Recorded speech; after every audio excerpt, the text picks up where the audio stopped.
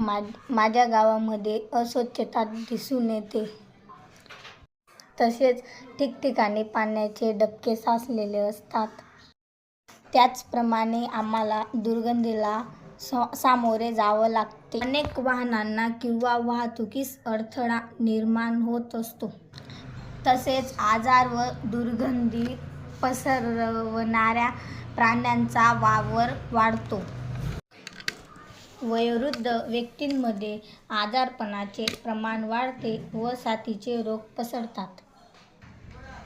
या सर्व समस्यांविषयी विविध सोशल मीडियाच्या माध्यमातून आम्ही संदेश पाठवला व पाहता पाहता संपूर्ण गाव स्वच्छ करण्यात आले.